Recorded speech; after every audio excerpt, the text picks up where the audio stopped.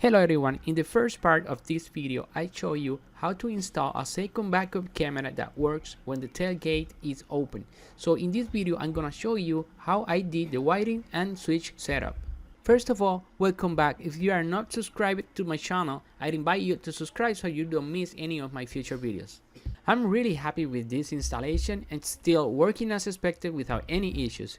When the tailgate is open, I can see what's behind my truck. Initially, I had a plan to add a switch similar to the anytime backup camera system, but thanks to the magnetic switch, I was able to automate that so that the camera view changes automatically when the door is open. So let's see the wiring setup.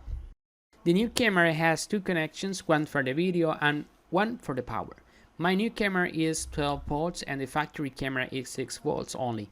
For this reason, I had to run a new cable from the reverse light to the new camera as shown in the first part of this video. This will turn the new camera on when the truck is in reverse. So that being said, we already have the positive cable source for the new camera. The ground cable is connected to the factory camera harness. The ground cable is one of the blue cable. To identify that correct one, you can refer to the factory camera connector to find the blue cable that is connected in the middle. So far we have seen how to do a power connection for the new camera. Now let's see how to do the video connection for the new camera. I connected the ground video to the white cable from the factory camera harness. This is pretty easy, very straightforward too. Before to explain you the positive video cable connection, let's first take a look of this diagram so that I can first explain how it works. This is a basic diagram on how it works. We have the factory camera, the new camera, the magnetic switch and the radio. As we know, the factory camera video is already connected to the radio. So we are adding here a magnetic switch that has two inputs and one output. When the switch is over the magnet, the input 1 is going to be active. Otherwise, when the magnet is not over the switch, the input 2 is going to be active. Here is where the magic happens. When the tailgate door is open, the video input will be changed to the tailgate camera on top, and when it is closed, the video input will be changed to the factory camera. In order to achieve this, we have to cut the factory video cable. Then connect the factory camera to the switch input 1 and then connect the remaining factory video cable to the switch output. The only thing remaining is to connect the new camera video to the switch input number 2. These switch inputs are also known as normally open or normally closed inputs. That being said, let's go back to the actual wiring setup. Here is the magnetic switch installed in the left side of the tailgate. It has 3 cables, 2 inputs and 1 output.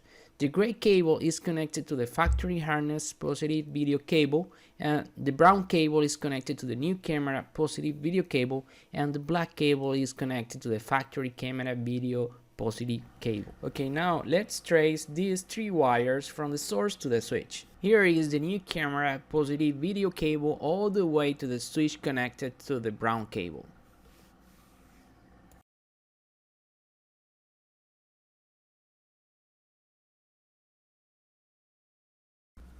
Here is the factory camera cable all the way to the switch connected to the black cable. Please note that I use a black cable extension for that reason. You see it red in the beginning but black in the end to the switch.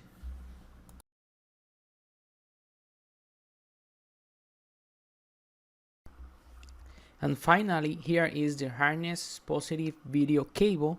For this one I use a red cable extension all the way to the switch connected to the gray cable.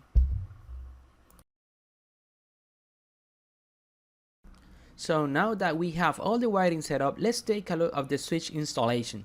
Here are the measurements that can help you install the tailgate switch.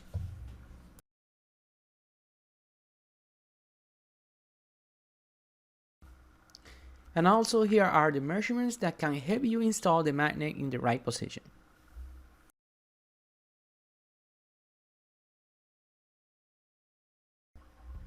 Also, it is important to know that when the tailgate is closed, there is a gap of approximately 1/8 of an inch, and the actual height of the switch and the magnet is 7.5 millimeters each. Well, I think that this is something that every truck should have. I have seen some other ideas where you can install a camera in the license plate instead, and I think also it's a good idea. But in my opinion, I prefer to have this on top of the tailgate so I can see a accurate distance against any object rear me. So I don't know what you think about this, if this is something that you consider to do to your truck, you think it's useful or not. I would like to hear about you. Please add your comment below. If you like this content, please hit that like button below. Please remember to subscribe to my channel so you don't miss any of my future videos. Thanks for watching. Bye bye.